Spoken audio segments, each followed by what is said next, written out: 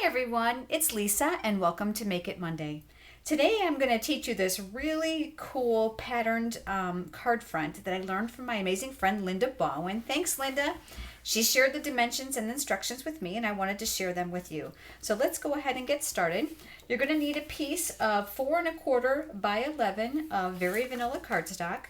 I'm going to fold this in half using my bone folder to make my crease.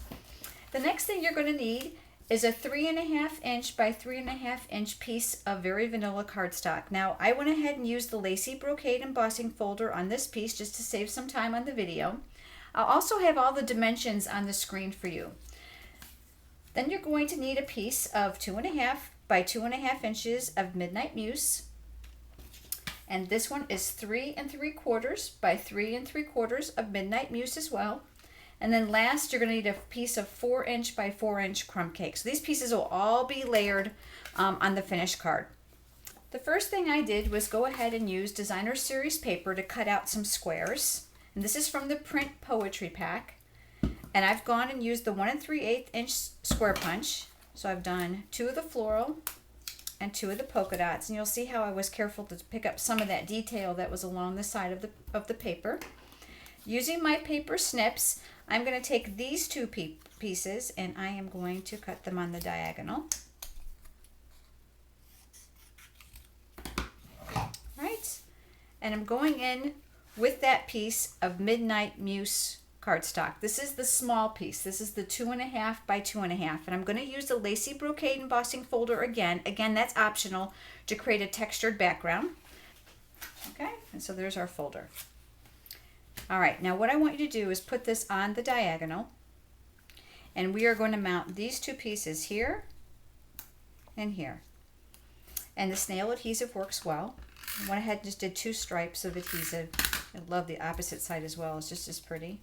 And I'm going in the corner. Same with this one. In the corner. All right, so now we have this diamond pattern. The next thing we're going to do is we are going to mount the vanilla piece, which is 3 1/2 by 3 1/2, on the 3 3/4 by 3 3/4. So these 2 are going to layer. So these are just going to go together like this. And I did some snail. Now you know when you have embossed folders, you're going to have those hills and valleys of paper where it's been embossed. So you'd be a little bit more generous with your adhesive. I'm going to flip that over and just make sure that it's pressed down well. And next I'm going to mount this on the crumb cake piece. This is the piece that was 4 inches by 4 inches. And that's going to go here. So just a lot of layering, nothing hard or fancy. So I'm keeping this on the square. This piece is going to go on the diagonal. So I'm going to put more snail here, and I'm going to mount this on the diagonal. This is why I love my grid paper. I can't do anything straight, so this helps me cheat. So there you go. And again, I'm going to rub from the back. I don't want to press hard enough from the front and then take out the embossing by rubbing too much. Now, these little pieces that we cut, remember these? These pieces, I'm going to put adhesive on the back, which I've done before we got started. You're going to take the half of your square and it's going to border here. So the point is going to meet this designer paper right here. Just measure it up against the sides. Again, the point is going to come here, meet the designer paper that's already been mounted. Same on this side.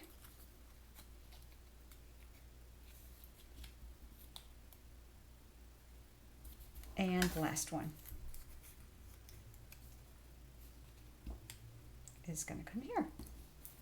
Okay, so there we go. This has created a really nice patchwork type image. I went ahead and I used the itty bitty punch pack. This is a 3/8 inch circle punch with a piece of designer paper. This is also from the same pack, the print poetry, and it coordinates nicely. And I am going to use one of these beautiful builder brads, designer builder brads, with a glue dot. I am going to take this piece, put it on my glue dot, and I'm going to put this in the base of the builder brad. And then inside the builder brad, you get these adorable little clear,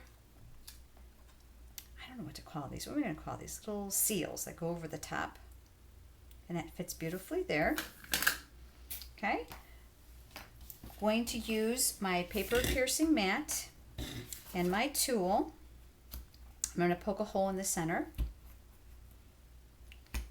And I'm going to take the brad and I'm going to insert it in here like this and open up my prongs to the back.